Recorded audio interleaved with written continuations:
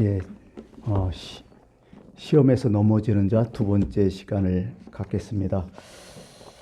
에, 여러분 회개를 하잖아요. 그런 얘기를 해요. 회개에도 왕복거리가 있다고. 에, 죄가 더 크고 무겁고 하면 참 이게 더 힘들어요. 회개하기가. 왜 이런 얘기가 나왔냐면 우리가 어떤 것을 잘못해 갖고 다치잖아요. 예, 상처가 큰 상처가 있고 적은 상처가 있잖아요. 깊은 상처가 있고 가벼운 상처. 그걸 회복하는 데는 시간이 많이 걸리잖아요. 회개도 또 그런 것 같아요. 그냥 말로만 회개했다고 이게 되는 게 아니거든요. 내가 그만큼 죄를 진 만큼 그만큼 또 시간이 또 필요하고 그만큼 또 노력이 필요하고 뭐 그런 거죠. 여러분 잘 알겠지만은 내가 어떤 목적지를 가려는데 잘못된 방향으로 갈 수도 있잖아요. 한참 왔는데 이 방향이 아니야. 그럼 어떻게 돼요? 온 만큼 또 돌아가야 되잖아요. 그게 참 힘든 거죠. 회개가 참 그런 것 같아요. 내가 보니까 참 깊숙이 빠져들면 빠져들수록 어떤 사람들은 회개가 힘들고 포기하는 경우도 있고 뭐 그런 거 아닐까 이런 생각도 해요. 항상 때가 있다고 성경은 얘기하잖아요. 범사에 기한이 있고 천하만사가 다 때가 있다고. 맞는 얘기예요. 다 때가 있어요. 어떻게 보면. 그거 넘어서면 참 힘들어요. 고린도후서 6장 2절에도 내가 은혜 받을 때에 너를 듣고 구원의 날에 너를 도왔다 하였으니 보라 지금은 구원 받을 만한 때요 보라 지금은 구원의 날이로다. 기차 떠나면 끝나요. 어떻게 보면 우리가 예수 믿을 때죠 지금이. 이거 때 지나면 기회를 잃는다는 거죠 이제. 보통 우리가 알잖아요. 무슨 어떤 시험을 치더라도 원서 기간이 있잖아요. 다 어떤 기간 중에 안 하면 소용없잖아요. 다 기간이 있다는 거죠. 기한이 있다 이런 얘기를 하죠. 어떻게 보면 우리에게 살아있다는 것은 찬스죠. 기회죠. 그런 의미에서 삶이 참 중요하다 이런 생각을 늘 갖게 됩니다. 어떤 나이 많은 재벌이 있었어요. 회장님이시죠. 이 사람은 교회를 안 나가지만은 교회를 되게 좋아해요. 그리고 찬송도 일부러 자기 차에서 듣고 또 기독교에 대해서 뭐 누가 뭐라고 하면 되게 방어적으로 나오고 호의적이고 이런 분인데요. 이분이 이상하게 교회를 안 나와요. 많은 사람들이 저 정도면 참 교회에 나가는 줄 알아요. 근데 이분은 교회 출석을 하지 못해요. 그래갖고 친한 목사님이 이 회장님한테 물었대요. 회장님 이제 교회 나오시죠? 교회에 대해서 그렇게 호감이 있고 좋은 뜻을 가지고 계시면 직접 나오셔서 예배도 드리고 신앙생활 본격적으로 좀 시작하시죠. 이렇게 얘기했더니 그 회장님이 저도 나가고 싶어요. 나가야 되죠. 근데 못 나가요, 저는. 이렇게 얘기하더래요. 그래서 이제 그 이유를 물어야 할 거 아니에요. 그래서 이제 그 이유를 좀 물었대요. 왜 이렇게 못 나가시냐, 망설이고 계시냐 그랬더니 워낙 제자가 커요.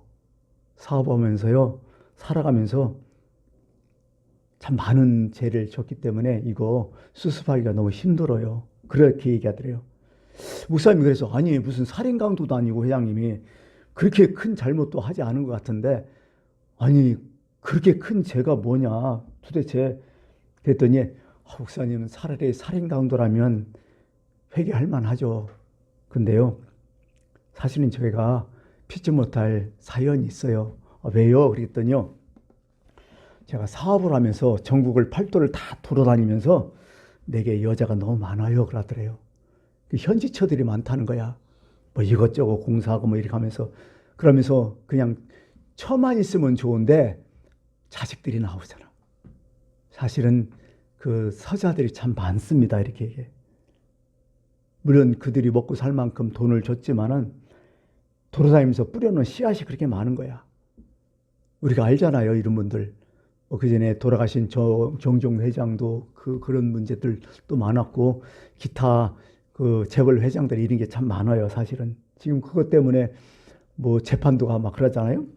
그게 많다는 거야. 그러면서 이렇게 얘기해요. 제가 교회 다니면서 예?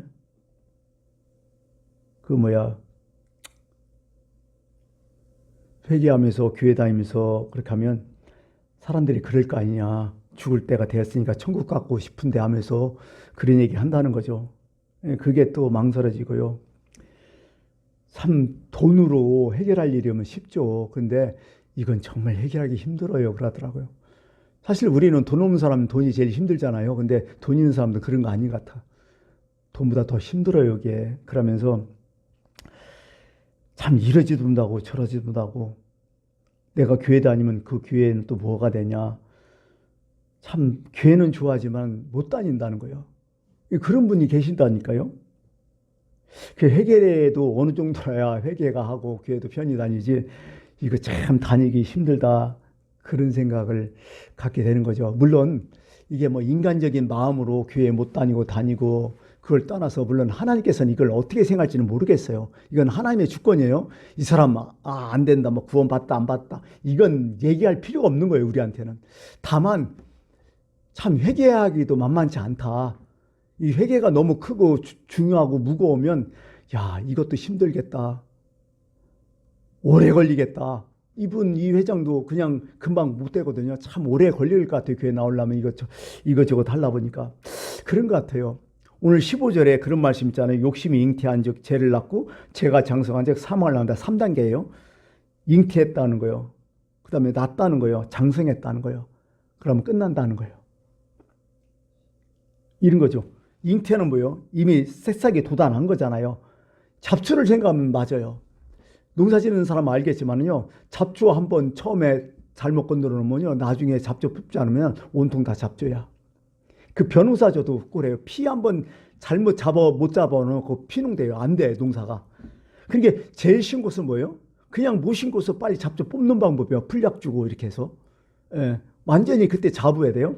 근데 이게 못 잡거든요. 완전히 100%. 그럼 어떻게 해요? 이 얘네들이 커요. 같이 모랑. 여러분 피라는 게요. 가라지라 하죠. 성경에는. 피하고 가라지는 똑같은 얘기로 저는 해석을 하고 또 벼하고요. 피는요. 모양이 비슷해요. 희한하게. 전문가는 딱 보면 알아요. 저게 피고 저게 피고 그게 뭔지. 근데요. 일반적으로 그걸 모르는 사람들은 똑같이 커요. 근데 언제 또 달라요? 이삭 필 때 딱 나와요. 피는 시커먼한데 벼이삭은 또 파란하잖아요. 그거 보고서 이제 그때 피가 이제 나오고 그때 보면 키가 더 크고 더 번져요. 이 피가. 그때 이제 장성하잖아요. 잡기 힘들어요. 그때는 어떻게 돼요? 요즘은 아닌데 좀 더 전에 이제 피가 같이 올라왔을 때 이삭이 나올 때 그때는 농부들이 일부러 논바닥 다니면서 그 피를 다 잘라내요. 왜? 다음에 그게 씨가 떨어지면 박살 나는 거예요. 저도 농사 지을 때 참 이런 일 많이 했는데요. 그게 장성해서 씨가 떨어지면 그게 박살 나는 거예요, 그냥. 아무리 풀약이 좋다고 해도요, 너무 많으면 안 잡히더라고요. 그런 것 같아요. 내 마음속에 욕심이 딱 삭혔을 때 막 나왔을 때 얼렁 자르면 쉬워요, 이건. 되게 쉬운 거예요. 근데 내 마음속에 장성해서 문제가 일으킨다? 그때부터는 계속 더 어려워져. 그 다음에 끝까지 가서 열매까지 얻었다? 그건 너무 힘든 거예요. 포기할 수밖에 없다는 거죠. 점점 힘들어지는 거예요. 그래서 오늘 좀 시험을도 마찬가지라는 거죠. 처음에 시험 딱 당했을 때 그때 빨리 수습하고 그때 빨리 마무리 지으면 더 쉬운데 괜찮겠지 하면서 자기 욕심 부리고 이렇게 하다 보면 그게 자꾸 커지고 하다 보면 이제 이러지도 못하고 저러지도 못하고 그러다 결국 그 문제와 함께 자기도 죽는다. 오늘 그 말씀을 여기 하고 있는 거죠. 이게 비록 우리 얘기 아니라 그전에도 그렇게 2000년대 때도 야고 목사를 볼 때는 이렇게 성도들이 이렇게 많았다는 얘기죠. 참 많은 사람들이 그래요. 결혼 전과 결혼 후가 참 많이 달라졌다 이런 얘기를 해요. 요즘 텔레비에서 그런 얘기들 많이 솔로 된 가정들 아니면 고딩 이렇게 해갖고 그 부부들 고딩 아빠 엄마 해갖고 하는 거 보니까 대부분 나오는 문제가 뭐냐면 결혼하고 결혼 후가 달라졌다는 거예요. 서로 간에. 저 사람이 저런 사람이 아닌데 왜 저런 사람이 됐을까 이런 얘기를 하더라고요. 정말 달라졌을까요? 거기서 이제 패널도 이런저런 얘기 나누는데요. 아니요. 첫 번째는요. 원래대로 돌아온 거예요. 달라진 게 아니요. 원래 그런 사람이었는데 내가 못 본 거예요. 그걸.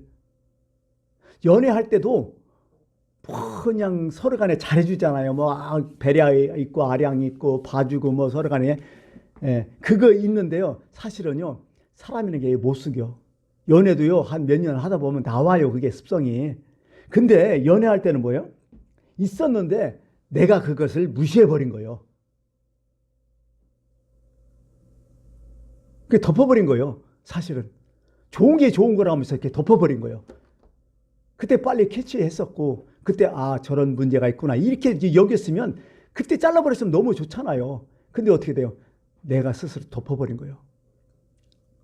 알고 있지만은 설마 하면서 또 민감하면서 덮어버리고, 한두 번 하는 거 보면 이제 일반 보통 사람 같은, 야, 너 저런 사람 되겠느냐, 이게 누가 얘기를 해도 나는 어떻게 큰 문제로 보지 않았던 거예요. 이게 결혼하고서 이제 그게 딱 본성이 나타난 게 사람이 달려졌다는데, 원래 그런 사람이 있어. 나도 어느 분을 알고 있었어, 사실은요. 그래서 지난 시간에도 말씀드렸듯이요, 시험의 문제는요, 자기 자신의 문제야. 남 탓하지 말라는 거야. 오늘 성경 말씀은 일단은 자기 자신의 문제라는 이런 얘기를 하는 거죠. 예. 내 욕심이, 내 욕망이 그걸 가려버렸던 거야, 그 당시에. 어떻게 보면. 이제 와서 뭐래요? 여러분, 정말 인간의 원조는 아담과 하와잖아요? 그게 이제 인간의 모델로 이렇게 성경에 기록됐잖아요? 그것만 봐도 확실히 드러나잖아요. 일단 하나님 먹지 말라는 것은 법이야. 빼도 박도 못해요. 이건 지켜야 돼. 근데 나무를 딱 보니까 어떻게 돼요? 먹고 싶은 거지. 먹지 말라, 먹고 싶다, 그 갈등이 있었겠죠. 결국 뭐예요? 자기 욕심이 그걸 가려버린 거예요. 따먹어버린 거예요. 저거 먹으면 눈이 밝아진다, 지혜롭게 된다 하니까 자기 마음이 그쪽으로 정해놓고 시작해버린 거예요, 사실은요. 핑계댈 게 없는 거예요, 이건. 그 다음에 두 번째는 뭐예요? 첫 번째가 제가 그러려면 두 번째 죄는 뭐예요? 두 번째는요, 이 문제를 뭐예요? 이 잘못을 회개하지 않고 남에게 전가시키는 거였어.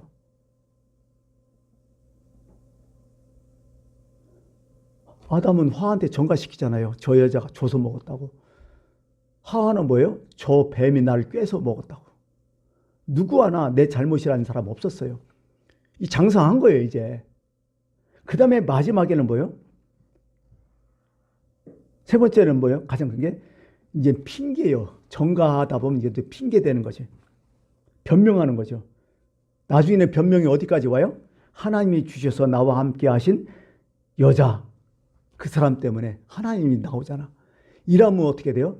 끝난 거예요, 이건 사망이라는 거예요. 그래서 아담이 뭐예요? 아담과 하와가 에덴 동산에 쫓겨난 거예요. 하나님은 한두 번까지 기회 다 줬어요, 사실은. 그때 잘못했으면 잘못했습니다, 용서를 하고 회개했으면 그때는 쉽다는 거예요.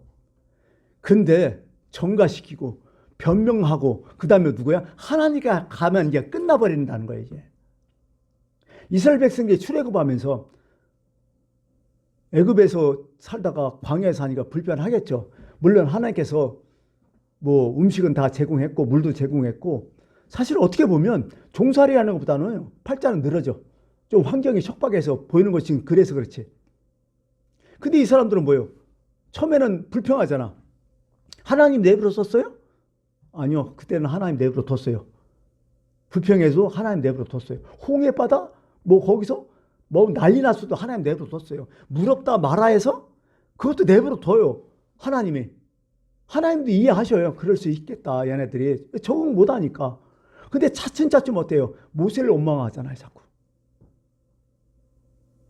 계속해서 모세를 원망해요. 하나님 원망한 적 없어요, 그때부터는. 근데 나중에는 어떻게 돼요? 나중에는 결국 뭐예요? 하나님 원망해버리잖아.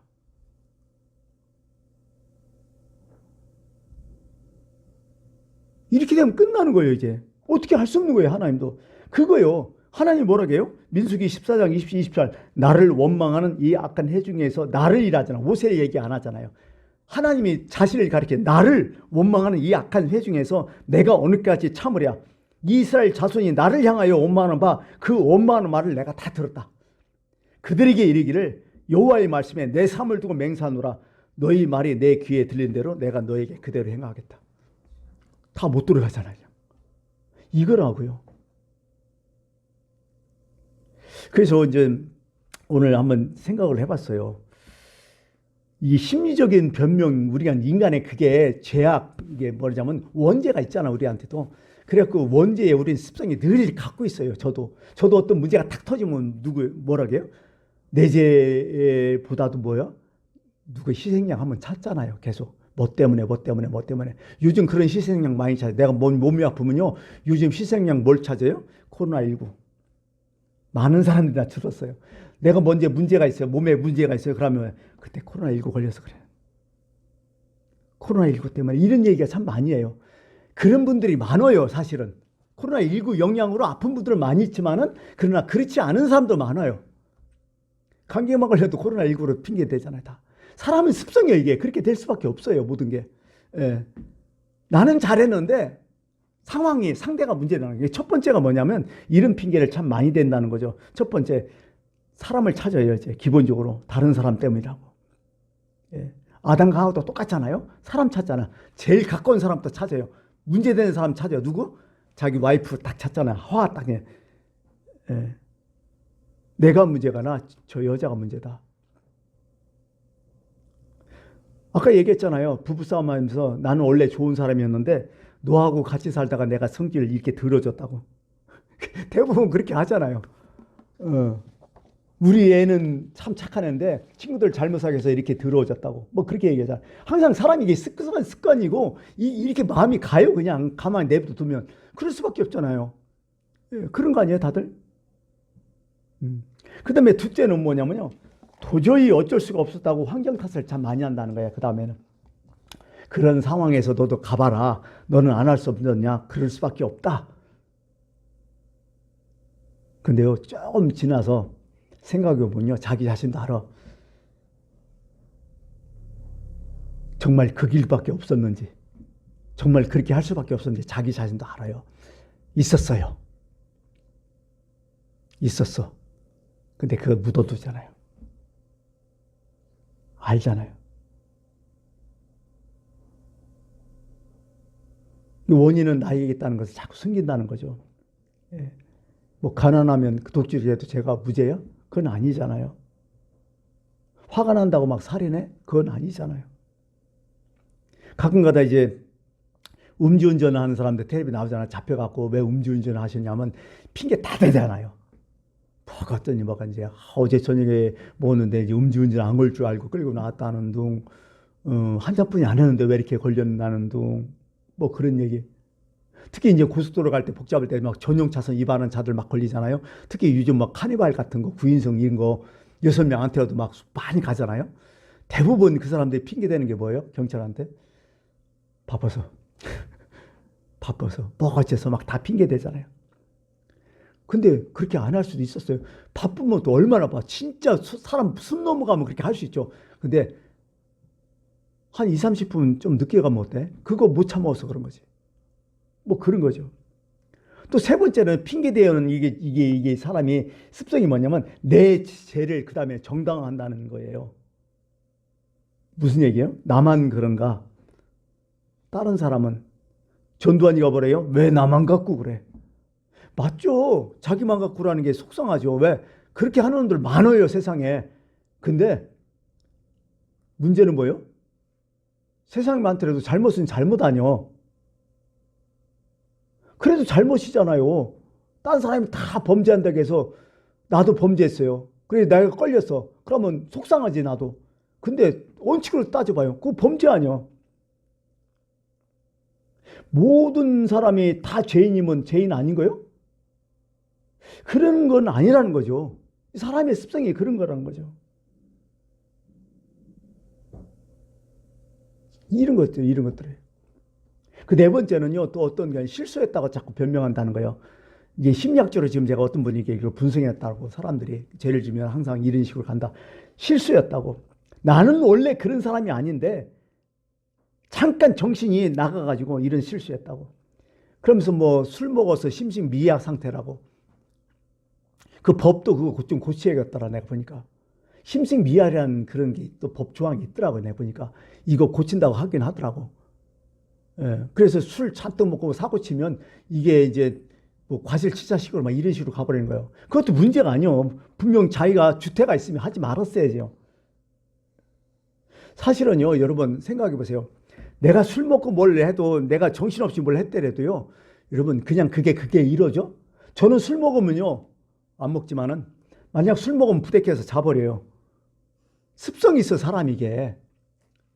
그죠? 꼭 술 먹으면 소리치는 인간들 있잖아. 꼭 술 먹으면 욕하는 인간들이 있고 술 먹으면 이상한 행동하는 거 있잖아요. 이게 그게 뭐예요? 뭐 술 먹고 그렇게 얌전한 사람이 어떻게 돼? 막 그냥 말을 세게 하는 사람도 있잖아. 이게 뭐예요? 그게 다 지금까지 누적되어 온 거 있어요.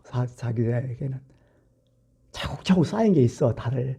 그게 이제 탁 퍼져 나오는 거죠. 사실 자기 거예요. 자기 거. 술 먹고 뭐 내가 아니다고 웃기는 소리 하지 마. 원래 자기 거예요. 예수님께서 그런 말씀했어요. 그 마가복음 7장에 보니까요, 유대인들 사람들은요, 이 손을 씻지 않고는 안 먹잖아, 일단은.